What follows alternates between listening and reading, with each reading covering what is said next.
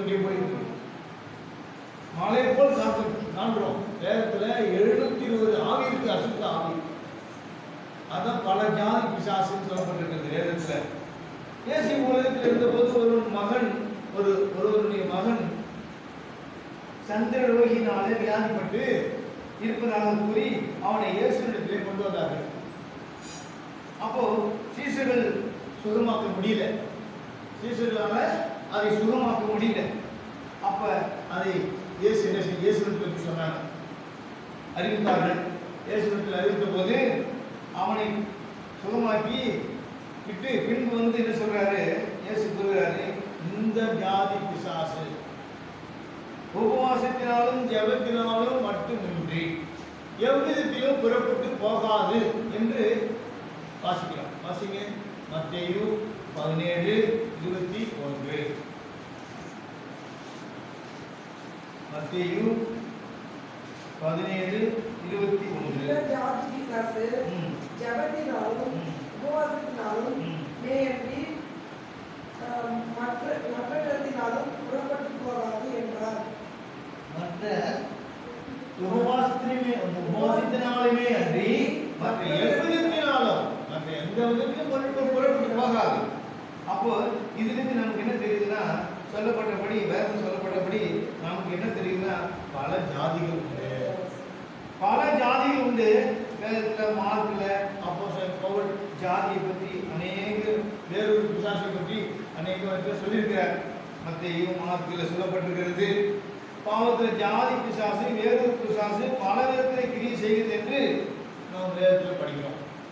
ஆனால் ஜாதி பிசாசு அடிக்கடி வந்து போகிறது பார்க்கும்போது அது எங்க வந்து போகுதுன்னா, மனுஷருக்குள் வந்துதான் போகுது. ஒரு மிருகத்துக்குள்ளேயோ ஒரு தாவரத்துக்குள்ளேயோ ஒரு இதுக்குள்ளேயும் வந்து போறதில்லை, மனுஷனுக்குள்ள வந்து போகுது. வேறொரு ஜாதி எப்பொழுதும் மனுஷனுக்குள்ள இருக்கிறது, மனுஷனுடைய சுபாவத்திற்குள் இருக்கிறது. அது எப்படி? இயேசு பாடுபடக்கூடாது என்று பேதுரு சொல்றான். என்ன சொல்றான்? தேவ சித்தத்திற்கு மாறாக போயிருக்கின்றான். அப்பொழுது பேதுருக்குள்ள பிசாசு இருப்பதாக இயேசு கூறுறாரு. எப்படி கூறுறாரு? வேதத்தின்படி பாடுபடக்கூடாது என்று தடை செய்கிறதான, தடை பண்ணுவதான பிசாசு. ஆகவே சுய உணர்வுடன் சுய பலத்துடன் இருந்து பரலோகத்தில் நாமும் தரிக்கப்பட்ட சுய பலத்துடன் சுய உணர்வுடன் பரலோகத்தில் நாமும் எழுதப்பட்ட சீசர்களிலே பேதுருவை பார்த்து அப்பாலே போ சாத்தான் சொல்றார். யாரை பார்த்து? பரலோகத்தில் அவங்க பேர் எழுதப்பட்டிருக்கிறது. அவர்கள் சுய உணர்வுடன் சுய பலத்துடன் இருந்து பரலோகத்திலே அவங்களுடைய நாமம் கழிக்கப்பட்டதான ஜனங்களா இருக்கிறார்கள். ஆனா ஜனங்களா இருந்தாலும் தேவன் அவர்களை பார்த்து என்ன சொல்றாரு? அப்பாலே போ சாத்தானே. அப்போ எனக்கு பின்னாலே போ சாத்தானே என்று சொல்லிவிட்டு இதுக்கு என்ன தெரியுதுன்னா, தேவ சித்தம் செய்ய முடியாதபடி, தேவ சித்தம் செய்ய முடியாதபடி தடை செய்யும் ஆவி. நம்ம எல்லாவற்றையும் தேவ சித்தம் செய்யணும், ஆவியில செய்யணும், ஆத்மாவில் செய்யணும், சரீரத்திலையும் தேவ சித்தம் செய்யணும். அப்படி செஞ்சாதான் தேவ ஆவி வருகிறது என்றால் சுபாவ பிசாசிலும் வரும். சுபாவ பிசாசி அங்கு வரும், சுபாவ பிசாசு வரும். அதுதான் சொல்லப்பட்டிருக்கிறது. 1 ராஜாக்கள் 22 அதிகாரம் 22-23 வசனம் வாசிங்க. 1 ராஜாக்கள் 22 அதிகாரம் 22-23 வசனங்கள்.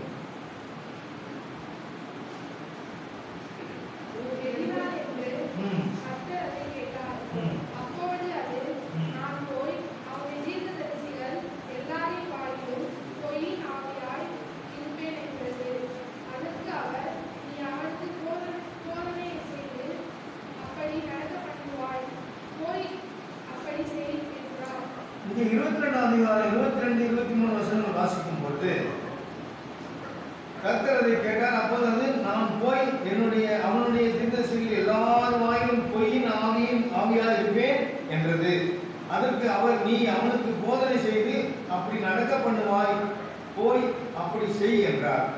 21 வசனத்துல பொய்யின் ஆவியை இந்த உம்முடைய தீர்க்கதரிசியாகிய இவர்கள் எல்லாருடைய வாயிலும் கட்டளையிட்டார். உரைத்தார்.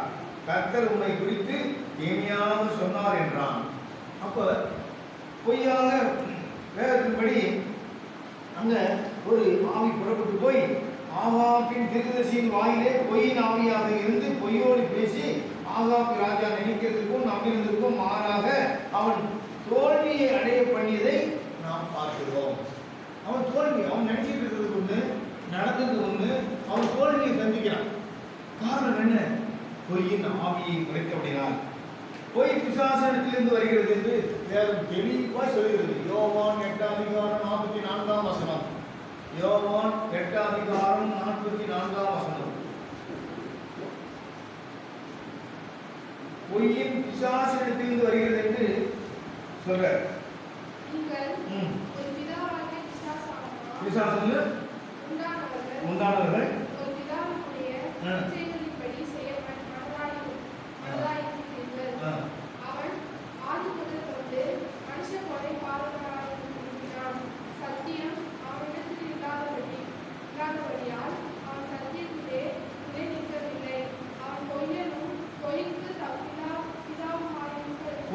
பொய்க்கு பிதாவா இருக்கிறான்.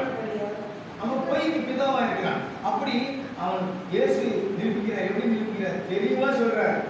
அங்க யோவான் தெளிவா என்ன சொல்றானா, இதை மனிதனுடைய சரீரத்திலே அடிக்கடி வந்து போகும், குடியிருக்கும். இப்படி இது மாத்திரமல்ல, அடிக்கடி சரீரத்தில் வந்து போவது மாத்திரமல்ல, சுபாவத்திலும் கலந்துக்கும். இது அந்த பொய் பிசாசு. அதனால்தான் அந்த பொய்யின் தீர்க்கதரிசி பொய்யா உரைத்து அவங்க நினைத்ததையும் நடக்க போறதையும் அவங்க அறியாம இருக்காங்க. அவங்க நடந்தது ஒண்ணு, பிரிய நடந்தது ஒண்ணு, அவங்க நினைச்சிட்டு இருந்தது ஒண்ணு. என்ன காரணம்? பொய் தீர்க்கதரிசி ஆவி அங்க உரைக்கப்படினார். அதனாலதான் அந்த பொய்யின் தீர்க்கதரிசி சரீரத்திலே அடிக்கடி வந்து குடிகொள்ளணும். குடிகொள்வது மட்டும் அல்ல, அடிக்கடி சரீரத்தில் வந்து சுபாவத்திலும் கலந்து கொள்ளுது. அப்போ அந்த சுபாவம் சில பேர் பாருங்க, பொய் சொல்லணும்னு நினைச்சாங்கன்னா பொய் சொல்லிட்டே தான் இருப்பாங்க. அவங்களால நிறுத்தவே முடியாது. ஏன்னா அது குடிகொண்டிருக்கிறது. அந்த சரீரத்தில் குடிகொண்டு, அந்த சரீரத்தில் சுடிகொண்டதோடு மாத்திரமல்ல, சரீரத்தோட சேர்ந்ததான அவங்க அந்த சரீரத்தோடு சேர்ந்த சுபாவத்தில் சேர்ந்து சொல்லும், நினைச்சு நிற்கும். சுபாவத்தில் கலந்து அந்த சுபாவம் பொய் சொல்லுவதான சுபாவம் அவங்களுக்குள்ள சொன்னாதான் அவங்க நிம்மதியா இருப்பாங்க.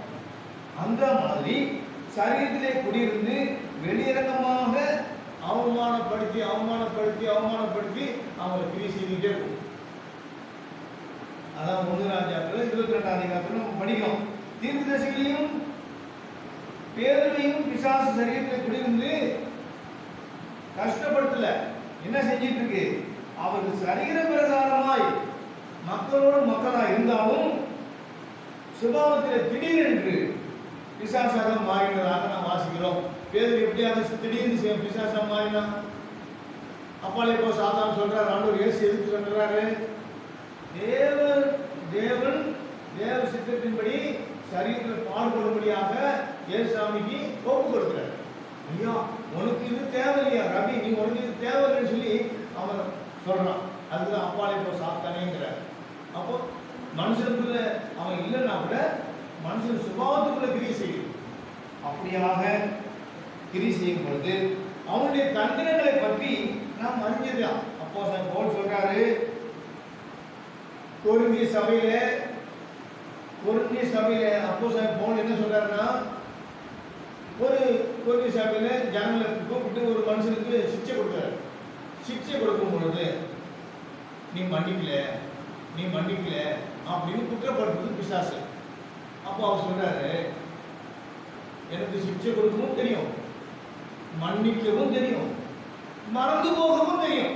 அப்பாலே போ சாத்தானே, அவனுடைய தந்திரங்கள் அறியாதவைகள் அல்லவே என்று வேதம் தெளிவாக சொல்கிறது. 2 கொரிந்தியர் 2 அதிகாரம் 10-11. 2 கொரிந்தியர் 2 அதிகாரம் 10-11. எவனுக்கு நீங்கள் மன்னிக்கிறீர்களோ பாத்தீங்களா? அப்ப இது ஏன் அதை சொன்ன வாசிங்க. மேலும் எதை நான் மன்னித்திருக்கிறேனோ அதை உங்கள் நிமித்தம் கிறிஸ்துவினுடைய சன்னிதானத்திலே மன்னித்திருக்கிறேன்.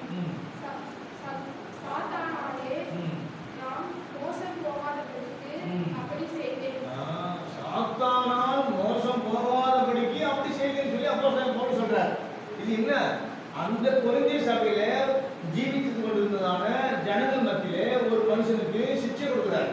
அந்த சிக்ஷை கொடுக்கும்போது பிசாசு சொல்றான், நீ சிக்ஷை கொடுக்கலாம் தெரியுது, உனக்கு மன்னிக்க தெரியல, நீ மன்னிக்கல குற்றப்படுத்தான். அப்படி குற்றப்படுத்தும் போதுதான் சாத்தானால் நாம் மோசம் போகாதபடிக்கு சாத்தானுடைய தந்திரங்களை அறிந்தவைகள் அல்லவே, அறிந்திருக்கிறோம், அறியாதவைகள் அல்லவே அறிந்திருக்கிறோம். அப்போ சாத்தானுடைய நாம் ஜீவிக்கிறோம் என்றால், ஆவிக்குரிய ஜீவிதத்தில் ஜீவிக்கிறோம் என்றால், நம்முடைய ஆவி, ஆத்மா, சரீரம் தேவ சித்தத்தை செய்யும்படியாக சாத்தானால் மோசம் போகாதபடிக்கு நாம் எச்சரிக்கையா இருக்கணும். அப்போஸ்தலன் பவுலையும் பார்த்து பாருங்க. அப்போஸ்தலன் பவுல் கொரிந்திய சபையில நான் சொன்னது, நான் சிக்ஷை கொடுக்கவும் தெரியும், மன்னிக்கவும் தெரியும், மறந்து போகவும் தெரியும். அப்பாலே போ சாத்தானே, உன் தந்திரம் எனக்கு தெரியும் சொல்லி அங்க எழுதுறார். அது போல அந்த தந்திரத்தின்படி அங்க மற்றவர்களின் பாவத்தை மன்னியாமல் இருந்தால் அவனிடத்திலே பிசாசுடைய மற்றொரு தன்மை எப்படி வெளிப்படும் அப்படின்னு கேட்டா, எப்படி வெளிப்படுது அப்படின்னு கேட்டா, அதே 2 கொரிந்தியர் 11ஆம் அதிகாரம் 3ஆம் வசனம்.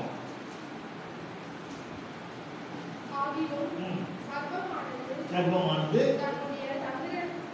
தந்திரத்தினாலே வஞ்சித்தது போல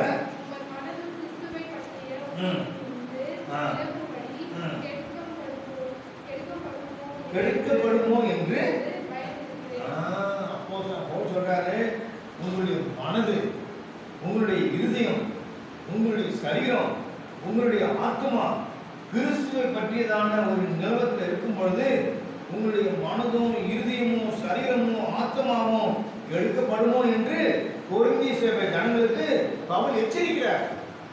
இப்போ அது நமக்கு திருஷ்டாந்தமா இருக்கிறது.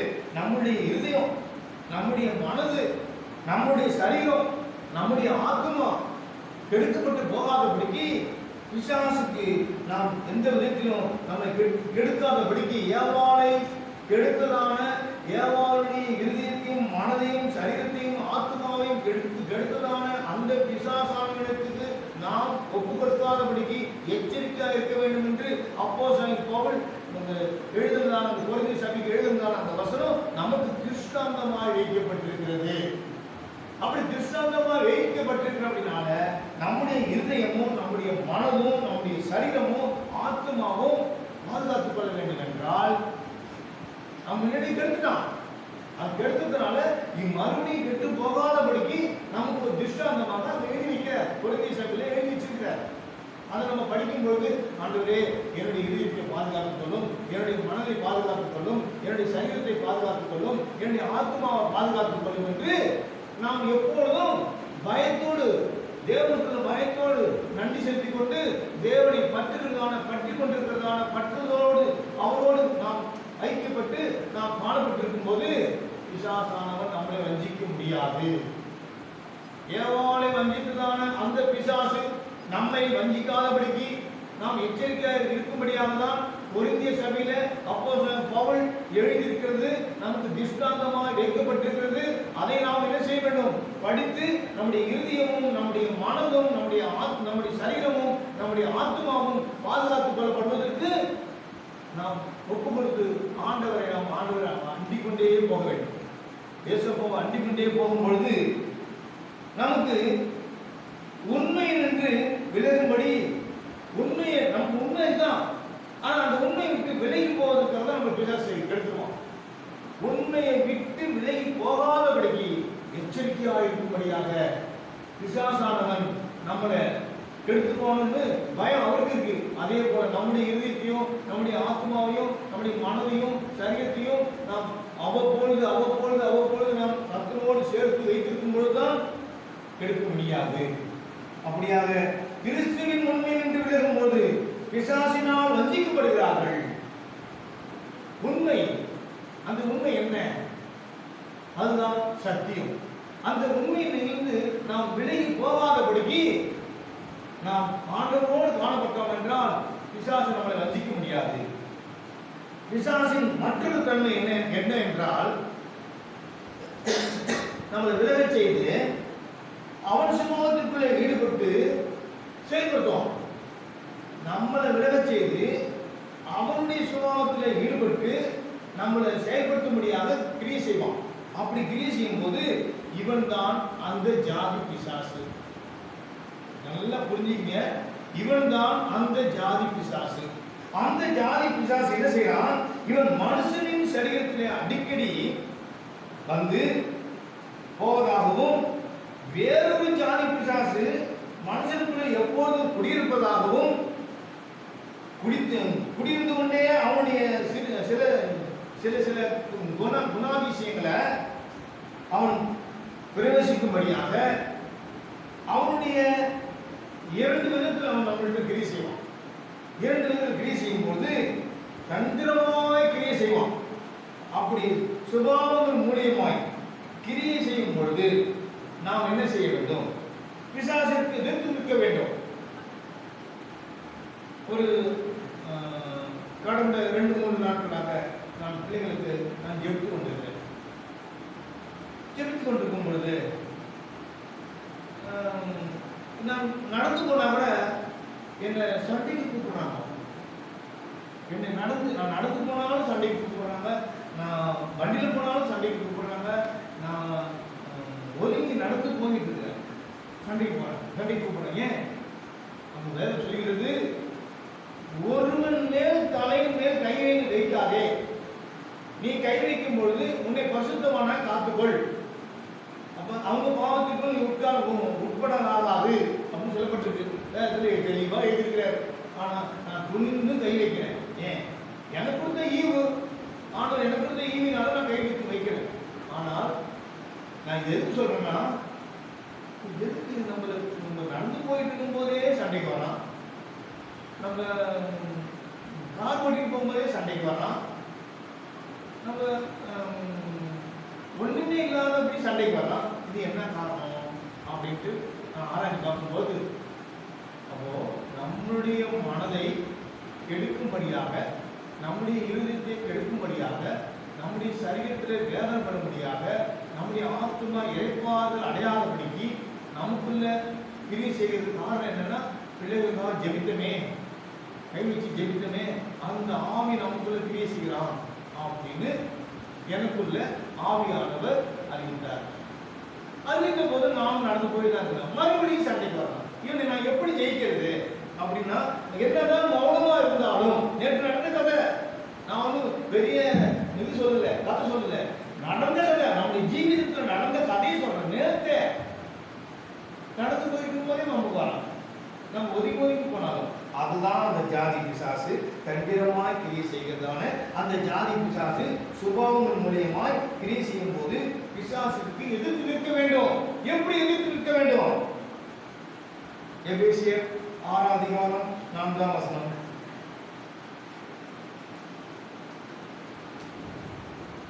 எபேசியர் 6:4.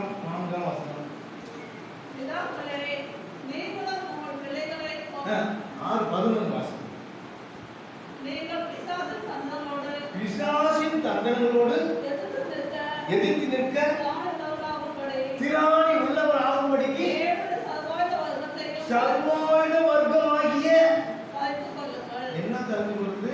சர்வாயுத ஆயுதம் என்னது? அந்த சர்வாயுத வர்க்கமாகிய அந்த ஆயுதத்தை அணிந்து கொள்ள வேண்டும் என்றால் என்ன செய்யணும்? அதுதான் தாழ்மை, அதுதான் தந்திரமா வரலாம். நம்ம தாழ்மை போயிட்டோம்னா நம்ம ஒண்ணுமே இல்லை, நமக்கு என்ன அடிச்சாலும் சரி, நீ அடிடா அப்படி சரி. எருமாட்டு மேல மழை பெஞ்சா கூட எருமாட்டு அசை போட்டுட்டே போகுதுல்ல, அது போல நம்ம போயிட்டோம்னா அவன் என்ன செய்வான் நம்மள அப்படின்னு என்ன செஞ்சேன், நான் வாட்டி நீ என்ன செய்யா செய்யா என்ன எப்படி வேணா வாங்க சண்டைக்கு அப்படின்னு நான் போயிட்டே போயிட்டேன். அப்ப இங்க சொல்லப்பட்டிருக்கிறது என்ன சொல்றது? மறுபடியும் இந்த வசந்த வாசிங்க, எபேசியர் 6:11. சர்வாயுத பிசாசின் தந்திரங்களோட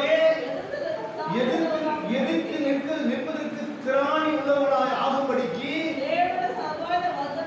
தேவனுடைய சர்வாயுத வர்க்கமாகிய அந்த வர்க்கத்தை தரித்துக் கொள்ளுங்கள்.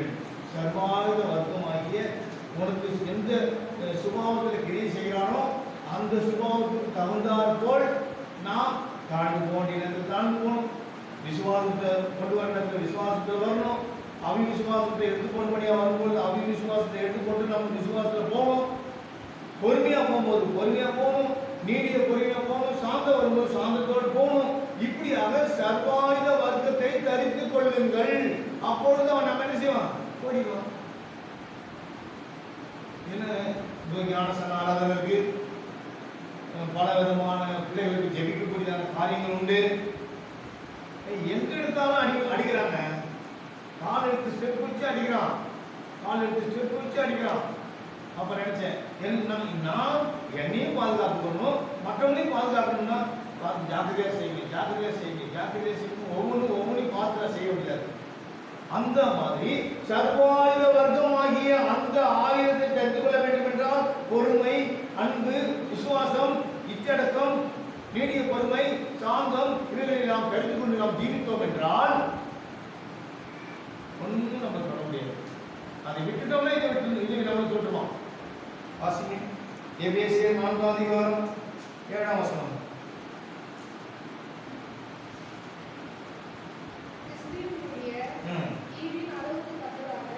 ஈவின் அளவின் தக்கதாக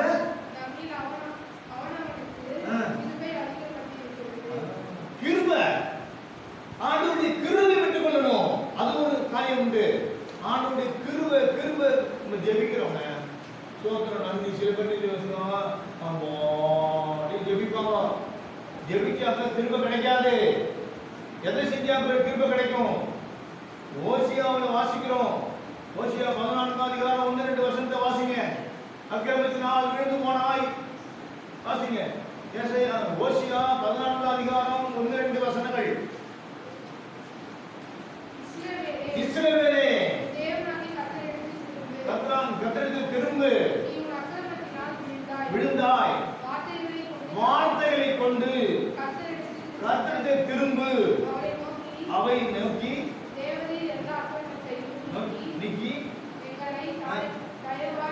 அங்கீகரித்தோம். நாங்கள் உதடுகளின் காளைகளை செலுத்துவோம். என்னங்க உதடுகளின் காலை? சோத்திரம். சில பேர் என்ன செய்வாங்க தெரியுமா? மணிக்கணக்கா யாரோ எழுதி கொடுத்துருக்காங்க, யாரோ புக்கு எழுதிருக்காங்க, யாரோ புக்கில் பலி எழுதி கொடுத்துருக்காங்க. அந்த பலி வச்சுட்டு வல்லவர், நல்லவர், சர்வ வல்லவர், பசுத்தர் அப்படி சொல்லி படிச்சுட்டு இருந்தா மட்டும் போதாது. என்ன செய்யணும்? நம்ம சோத்திர பலி பலி எழுதி கொடுத்தத பலி செலுத்தினோம் என்றால், அந்த 1000 பலி செலுத்தினோம் என்றால், பிசாசு நம்ம விட்டு, நம்ம பிசாசுடைய கிரியைகள், சுபாவங்கள் நம்மளை பார்க்கும்படியாக அவன் வந்து கொண்டுதான் இருப்பான். நல்லா தெரியுங்க. நமக்கு ஏற்றதான அவன் எந்த அளவுக்கு நம்மகிட்ட வர்றானோ, நமக்கு எந்த கனி வேணும், சாந்தமா, அமைதலா, பெரும் பொறுமையா, நீடிய சாந்தமா, விசுவாசமா, அன்பா, என்ன வேணும் அதுக்கு ஏற்றது போல நாம் என்ன செய்யணும்? சர்வாம தகன பலிகளாகி சர்வாம தகன பலி செலுத்தணும். அப்படி செலுத்தும் பொழுது நம்ம என்ன நடக்கும்? அங்க பிசாசை நம்ம எதிர்த்து நிற்கப்படியான ஆயுதம், சர்வாயுத வர்க்கத்தை தரித்து கொள்வதற்கு நாம் சோத்திரம் சொல்லணும். ஆண்டவரே, எனக்கு கிருபை தாரும், கிருபை சோத்திர பலி செலுத்துங்க. அதிக சோத்திரத்தினால கிருபை பெருகும். வாசிங்க மல்கியா 1ஆம் அதிகாரம் 14ஆம் வசனம். மந்தையில் கடா இருக்கையில் கெட்டு போனதை ஆண்டவருக்கு நேர்ந்து கொண்டு பலியிடுகிற கபடஸ்தன் சபிக்கப்பட்டவன். என்னங்க அது? மந்தையிலே கெட்டா இருக்கு. சரீரமாகிய இந்த சரீரத்துல கெட்டா இருக்குன்னா என்னங்க போகுது? பலன், நம்முடைய பலன் நமக்கிட்ட இருக்கு. பலத்தோடு சோத்திரம் சத்தமாய், பலத்தோடு, முழு பலத்தோடு, முழு ஆத்மாவோடு, முழு சத்தத்தோடு, முழு இதயத்தோடு ஆண்டவரை நீ சோத்திரம் சொல்லு. 1 மணி நேரம் சொல்லு. கிருபை அப்படியே ஆவரித்து அப்படியே அடைத்துக் கொண்டோம். கிருபை பெருகும். அதிக சோதனைத்தினால கிருபை பெருகும். அந்த கிருபை இருந்தாலே சந்தோஷமே. அப்படிப்பட்டதான சந்தோஷம் அப்போஸ்தலன் பவுல் அந்த அதிகாரத்தில் அப்போஸ்தலன் பவுல் எழுதியிருக்கிறார். யோவானாகிய அப்போஸ்தலன் எழுதியிருக்கிறார். எப்படி இருக்கிறார்? வசனத்திலிருந்து எத்தனையோ வெளிப்படுத்தியிருக்கிறார். யுத்தம், சண்டை, இச்சை, உலக சிநேகம், வெறுமை, இவை அனைத்தையும் பிசாசு என்ன செய்யறான்னா மனுஷனுடைய சுபாவத்தில் தங்கி நிறுத்திடணும். இதனால ஓயாமல் சண்டை, வாய் சண்டை, இரவும் பகலும் ஓயாமல் பலவிதமான இச்சைகளில் ஈடுபடுதல், திருப்தி அடையாத தேவனுடைய கிருபை விட்டு திருப்தியா இராமல் உலக சிநேகத்துக்குள் போயிடுவாங்க. ஏன்? இதுல என்ன காரணம்? சோத்திர பலி செலுத்துவதில்லை. சோத்திர முதல்வரின் காலையாகிய பலியை நாம் பலத்தோடு, நம்முடைய முழு இதயத்தோடு, முழு பலத்தோடு, முழு இதயத்தோடு, அன்போடு நாம் செலுத்தணும். சில பேர் சொல்லுவாங்க, நம்ம என்ன சொல்லப்பட்டிருக்கிறது மல்கியாவில வாசி மறுபடியும் பெலன் இருக்கையில், மந்திர கெடானா பெலன் இருக்கையில் சரீரத்துல கெட்டு போனது செலுத்தப்படாது. எப்படி?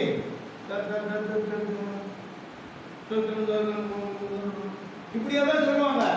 இப்படி கெட்டு போனதையும் ஊனமானதையும் ஒன்றுக்கும் உதவாத கெட்டு போனதை செலுத்தி செலுத்தி செலுத்தி செலுத்தி செலுத்தி செலுத்தி நீங்க கபடஸ்தனாக இருந்தாலும் யாரம்மா சபிக்கப்பட்டவனாய் மாற்றப்படுகிறீர்கள். அப்படி சபிக்கப்பட்டவனாய் மாற்றப்பட்டீர்கள் என்றால் உங்களுடைய சோத்திரம் எடுபடாது, கிருபை கிடைக்காது. பிசாசானவன் உங்களுடைய சுபாவத்திலும் சரீரத்திலும் ஆத்மாவிலும் இருதயத்திலும் உங்களுடைய உணர்விலும் பூந்துவான். பூந்துட்டு கிரியை செய்வான். என்ன நடக்கும்? அப்புறம் அப்ப ஒண்ணு பண்ண முடியாது. உலக சிநேகம் வரும்.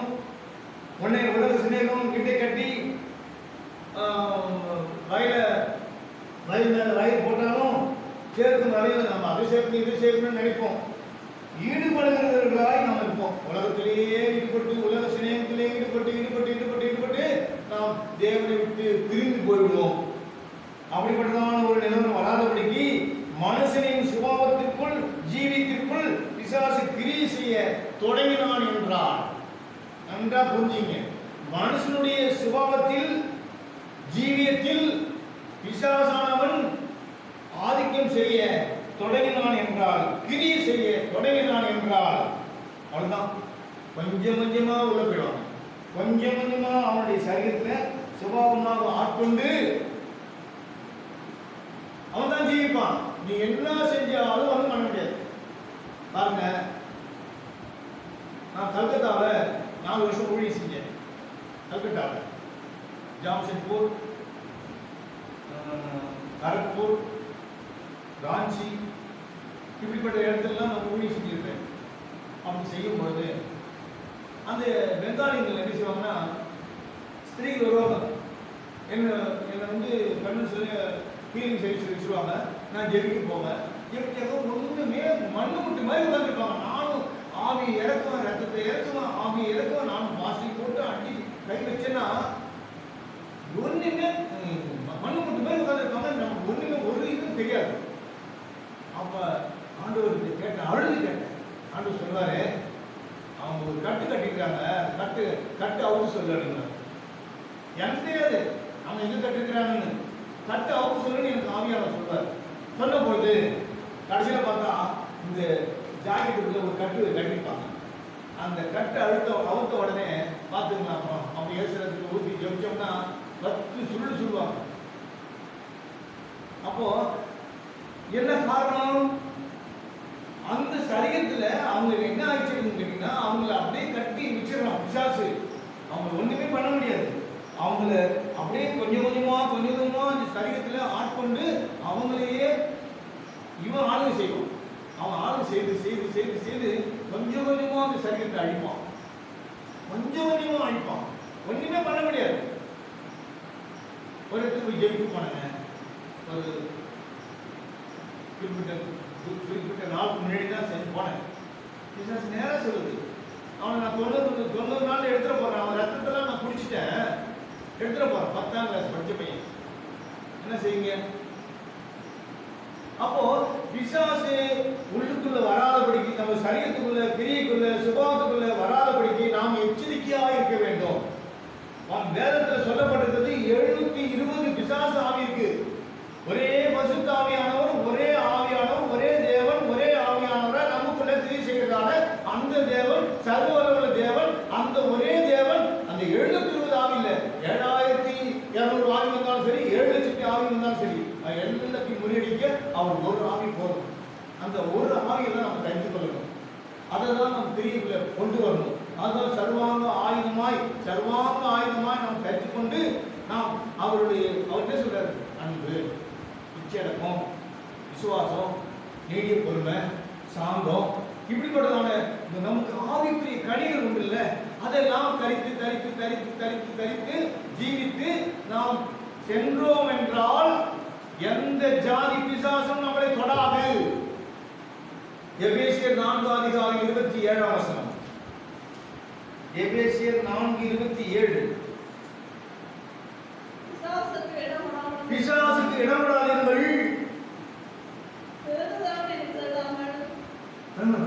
இடமிடாதீர்கள். என்ன சொல்லப்பட்டிருக்கிறது? பிசாசுக்கு இடம் கொடுக்கக்கூடாது. இடம் கொடுத்தா என்ன செஞ்சிருவான்? அங்க பிசாசுக்கு மேல் வசனம் வாசிங்க. நீங்கள் கோபம் கொண்டாலும் பாவம் செய்யாதிருங்கள். சூரியன் நட்சத்திரத்துக்கு முன்னாக உங்கள் எரிச்சல் ஏற்படுவது. அதுக்கு மேல